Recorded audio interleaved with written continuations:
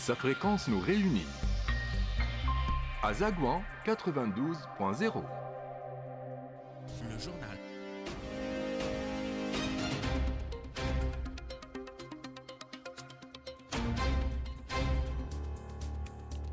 Le journal de 13h30 à la une de l'actualité à notre mur rend l'âme à Sidi Bouzid, 2 élèves blessés. La municipalité de Tunis révèle que 513 bâtiments représentent un danger avéré et nécessitent des mesures préventives urgentes. Nos contrées abandonnement arrosées, quelques 30 millions de mètres cubes, sont venus renforcer nos réserves dans les barrages. Au cours des dernières heures, les agriculteurs se frottent les mains. Des bâtiments respectueux de l'environnement, le salon de l'éco-construction se tient à Tunis sous le signe de l'innovation. Dans le monde, le Hamas au Caire pour examiner de nouvelles idées pour un cessez-le-feu durable. Météo, température en légère hausse cet après-midi. Bonjour, 2 élèves de l'école primaire à la délégation de Souk Jdid, le gouvernorat de Sidi Bouzid, ont été blessés ce mardi suite à l'effondrement d'un mur d'un point d'eau. Selon le délégué régional de l'éducation, Mourad Zoueri, les faits se sont produits alors que les enfants s'abreuvaient devant une unité sanitaire récemment construite, mise en service depuis moins de 3 ans.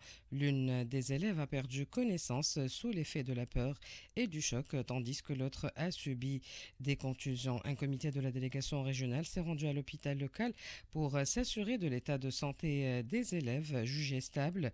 Par ailleurs, une équipe technique a été dépêchée sur place afin d'évaluer la situation et déterminer les responsabilités. Les cours se poursuivent normalement au sein de l'établissement. Et à Tunis, la municipalité de Tunis révèle avoir identifié 1100 bâtiments classés comme présentant un danger imminent. Elle précise que 513 bâtiments représentent un danger avéré et nécessitent des mesures préventives urgentes dont la majorité se trouve dans la Médina et le quartier de Bebebhar. À Bizerte, le marché central évacué et fermé. Il menaçait ruine depuis des années déjà. La municipalité de Bizerte a fait savoir que la décision d'évacuation a été prise suite à un rapport qui a conclu sans ambiguïté que la structure du marché est gravement détériorée et pourrait s'effondrer à tout moment, ce qui constitue une menace directe pour la sécurité publique.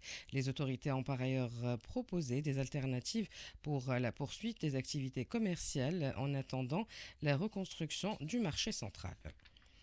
La situation des stocks hydriques dans les barrages de la Tunisie s'est nettement confrontée cette semaine à la faveur des giboulées printanières qui sont venues renforcer les quantités d'eau stockées dans les barrages du pays avec un apport estimé à plus de 30 millions de mètres cubes. Les détails avec notre correspondant Jamel Tibi. Cet ajout a fait monter le volume des quantités stockées dans les barrages, principalement dans ceux du nord-ouest, à 879 millions de mètres cubes, soit à peu près la moyenne annuelle des 3 dernières années, alors que les barrages étaient moins confortés au début du mois. Parmi les barrages les mieux nantis, en eau, arrive celui de Barak avec un taux de remplissage de 72%, suivi par le barrage de Melek avec 51% et Sijnen avec un taux de 47%. Sur ce total de 879 millions de mètres cubes stockés dans l'ensemble des barrages du pays, 796 millions de mètres cubes représentent la part des barrages du nord-ouest, contre 63 millions pour les barrages du centre et 19 millions pour les barrages du Gabon. Selon le ministre de l'Agriculture, des Ressources hydrauliques et de la Pêche, la saison estivale sera moins difficile cette année pour l'eau potable dans la plupart des régions où des projets de renforcement de la desserte en eau ont été soit mis en place, soit en cours de finalisation, au grand bonheur de la population qui espère en découdre définitivement avec les coupures d'eau récurrentes et persistantes dans plusieurs régions. Et la protection civile de Jandouba appelle les habitants des zones riveraines de l'Oued Tessa à la plus grande prudence. Elle déconseille formellement toute tentative de traversée de l'Oued, que ce soit à pied ou en véhicule, en raison de la montée soudaine des eaux. Cette situation résulte du ruissellement important observé depuis le gouvernorat de Célienne vers Oued Majerda à Bou Selem. L'ARP tient aujourd'hui une séance plénière consacrée à l'audition du ministre de l'Intérieur. 10 questions orales sont adressées à Khaled Nouri sur les sujets liés à la sécurité et aux affaires internes. Khaled Nouri a déclaré que la Tunisie n'est ni une terre d'installation ni chargée de surveiller les frontières d'un autre pays et qu'elle n'est pas la gardienne de l'espace européen, mais qu'elle se préoccupe uniquement de la protection de ses propres frontières terrestres et maritimes. Il a affirmé que les autorités sont prêtes à faire face à toute tentative de modification de la composition démographique du peuple tunisien. Le ministre a estimé que la Tunisie constitue une zone de transit pour les migrants originaires d'Afrique subsaharienne en raison de la baisse des risques liés à la mer lors des opérations de migration irrégulière à partir des côtes tunisiennes, selon ses propos. La Tunisie prend part aux réunions de printemps 2025 du groupe de la Banque mondiale et du Fonds monétaire international qui se déroulent du 21 au 26 avril à Washington, a fait savoir ce mardi le ministère de l'économie et de la planification. La délégation officielle tunisienne est composée du ministre de l'économie et de la planification Samir Abdelhafid, du gouverneur de la Banque centrale de Tunisie Fathi Nouri. Les professionnels du secteur de l'éco-construction innovent tant dans la conception que dans les matériaux utilisés pour la construction écologique à l'occasion de la 17e édition du Salon de l'éco-construction qui se poursuit pour sa deuxième journée consécutive à l'UTICA. Rajab Namara a recueilli quelques témoignages. Je m'appelle Mchalak Hassan. Nous sommes une société qui existe depuis pratiquement un an. Nous avons un produit qui s'appelle EcoloBlock. C'est un produit 100% écologique. La première des qualités, c'est le coût. Il revient à 30% moins cher pour ce qui est de l'enveloppe murale, les cloisons intérieures, etc. Deuxièmement, la rapidité de construction puisqu'il se monte en Lego. On n'a pas besoin de main-d'œuvre qualifiée. Troisièmement, on n'a plus besoin de ciment. C'est qu'on a besoin juste de l'EcoloBlock avec sa propre colle. C'est un mélange de gypse, de chaux, de produits recyclés. Il est isolant du bruit, anti-humidité, il est anti-moustique, il est isothermique, ce qui vous permet d'avoir une température tout le temps, une moyenne autour de 20 degrés. Je suis Fatma Loumi, spécialisée dans la construction des écodomes à base de terre crue et des finitions et enduits à base des chaux et des matériaux naturels, bruts et locaux. La conception, c'est une technique ancestrale avec une innovation, une modernité pour qu'elle soit adaptée au goût. Donc la construction, elle a des caractéristiques énormes au niveau stabilité thermique. C'est une maison bioclimatique au niveau résistance par rapport aux séismes et les tempéries et s'adapte bien avec notre climat. C'est une maison bas carbone. Dans tout le process, il y a l'intégration des photovoltaïques avec sa forme conique sans structure lourde comme le cas des maisons classiques. C'est une consommation moins 70% d'énergie par rapport aux classiques. Je suis Ayman Vendri, ingénieur en génie civil. Nous avons fait des dalles économiques, écologiques, avec isolation acoustique, isolation thermique, avec plusieurs avantages, principalement sont des solutions économiques. On a fait plusieurs études comparatives, toujours on trouve une économie allant de 10% jusqu'au 30%, parfois même plus. La Tunisie et la Corée du Sud poursuivent leur partenariat dans la digitalisation des services de la douane en faveur de la transparence et de la modernisation, et ce à travers la mise en place de la plateforme OOMS, une One Stop Origin Management System qui sera intégrée dans le système de dédouanement des marchandises qui vise essentiellement à bénéficier nos produits des exonérations douanières et booster nos exportations vers les pays étrangers. Colonel-major Mohamed Rabi' Belhaj, directeur de la direction d'origine à la direction de la douane tunisienne, nous en dit plus au micro de la Rajab Namara.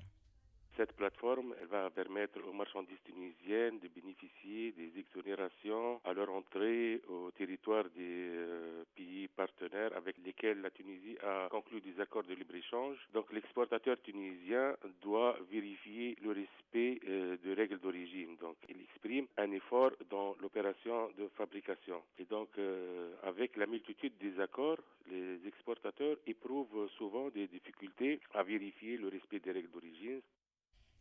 L'exode des médecins se poursuit. La présidente du Conseil national de l'ordre des médecins révèle que 3100 médecins tunisiens ont quitté le pays entre 2017 et 2021, principalement en raison des conditions de travail et de vie. S'exprimant sur les ondes de la radio nationale, Limrachem Ataya a précisé que les jeunes praticiens choisissent majoritairement de s'installer en France ou en Allemagne, tandis que l'Arabie saoudite et le Qatar attirent un nombre croissant de médecins plus expérimentés. L'hôpital d'enfants Béchir Hamza a réalisé avec succès la première opération cardiaque sur deux nourrissons dans le tout nouveau service de chirurgie cardiaque pédiatrique de l'hôpital. L'opération a été supervisée par une équipe de spécialistes des départements de chirurgie cardiaque pédiatrique, de réanimation et d'anesthésie avec un suivi médical étroit de la part des équipes spécialisées de Gebs, Sfax et Tunis. Cette réalisation scientifique représente un pas important vers la réduction de la liste d'attente, l'amélioration de la gestion des cas cardiaques pédiatriques complexes et la réduction de la nécessité d'un traitement à l'étranger.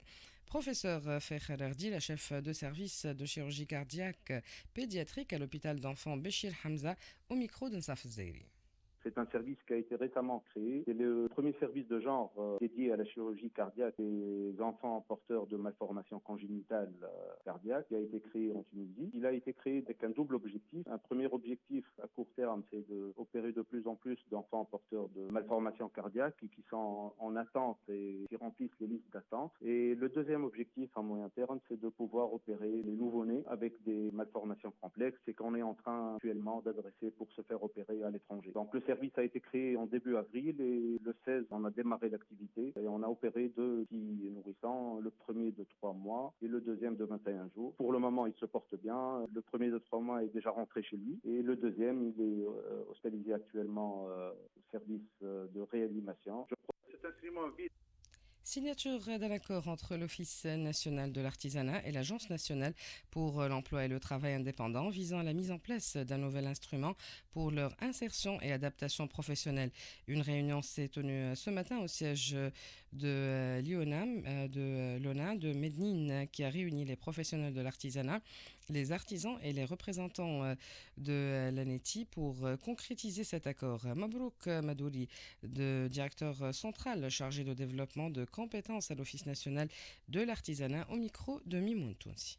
Cet instrument vise les jeunes de toutes catégories concernant le niveau d'instruction et aussi l'âge qui s'étale de 18 à 50 ans. Au cours de cette période qui est de 6 mois actuellement, qui sera bientôt 12 mois, les jeunes reçoivent une indemnité mensuelle de 200 dinars et 150 dinars. De l'autre côté, l'entreprise reçoit une indemnité d'encouragement et d'encadrement qui est de l'ordre de 150 dinars. Cet instrument vise toutes les activités de l'artisanat. Ils sont aux environs de 76 branches d'activité, sans distinction, et nous comptons en premier lieu viser 600 bénéficiaires de cet instrument au cours de l'année. Dans l'actualité internationale, le ministère de la Santé à Gaza annonce qu'au moins 1864 Palestiniens ont été tués depuis le 18 mars. Rien qu'au cours des dernières 24 heures, au moins 25 Palestiniens ont été tués dans les raids aveugles de l'armée sioniste. Au total, le bilan de l'agression sioniste dans la bande de Gaza a dépassé les 51 200 martyrs. Le chef de l'agence de l'ONU pour les réfugiés palestiniens a dénoncé aujourd'hui la famine qui s'aggrave de manière délibérée à Gaza après 50 jours de blocus israélien sur l'aide entrant dans le territoire palestinien ravagé par la guerre. Philippe Lazzarini a affirmé que Gaza est devenue une terre de désespoir. Il a déploré que l'aide humanitaire soit utilisée comme une monnaie d'échange et une arme de guerre. Il a déploré une punition collective des habitants de Gaza. Une délégation du Hamas est en route pour le Caire. Le mouvement de résistance palestinienne a affirmé que la délégation discutera de nouvelles idées visant à parvenir à un cessez-le-feu dans le territoire palestinien. Ce déplacement intervient quelques jours après le rejet par le Hamas d'un accord partiel par étapes proposé par Israël. Des dizaines d'universités américaines dénoncent l'interférence politique de l'administration Trump. Parmi ces universités figurent celles de Yale et Harvard.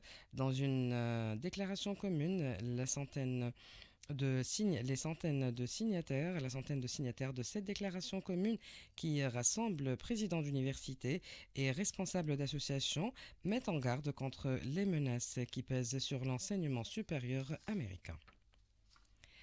Le 22 avril représente le jour de la Terre afin de promouvoir et soutenir la protection de l'environnement. Le thème de cette année est Notre pouvoir, notre planète. L'organisation Earth Day appelant à tripler la production mondiale d'énergie renouvelable d'ici 2030. Ce thème prend tout son sens dans le contexte de l'année 2025 où les technologies comme l'intelligence artificielle exercent une grande pression sur les réseaux électriques et l'environnement. Retour en Tunisie, la 33e édition des Journées nationales de la lecture et de l'information se tiendra à partir de demain et jusqu'au 23 mai sous le slogan La bibliothèque publique, un espace de savoir et un pilier du développement culturel. Organisé par le ministère des Affaires culturelles, cette édition met en lumière le rôle essentiel des bibliothèques dans la construction d'un lectorat cultivé et ouvert. La météo à la fin de cette édition, les températures seront en légère hausse. Les maximales seront comprises entre 18 et 23 degrés au nord et au centre cet après-midi et aux alentours de 16 degrés sur les hauteurs ouest, entre 23 et 27 degrés dans le reste des zones. Avant de vous quitter, je vous rappelle les principales informations de ce journal. Un autre mur rend l'âme à Sidi Bouzid, 2 élèves blessés. La municipalité de Tunis révèle que 513 bâtiments représentent un danger avéré et nécessitent des mesures préventives urgentes. Nos contrées arrosées, quelques 30 millions de mètres cubes, sont venus renforcer nos réserves dans les barrages au cours des dernières heures. Les agriculteurs se frottent les mains. Dans le monde, le Hamas au Caire pour examiner de nouvelles idées pour un cessez-le-feu durable. Ainsi s'achève notre édition. Merci de l'avoir suivi. Merci à Najla Trabelsi pour sa précieuse collaboration technique. La rédaction vous donne rendez-vous à 15h pour un flash d'actualité. Restez à l'écoute de RTCI.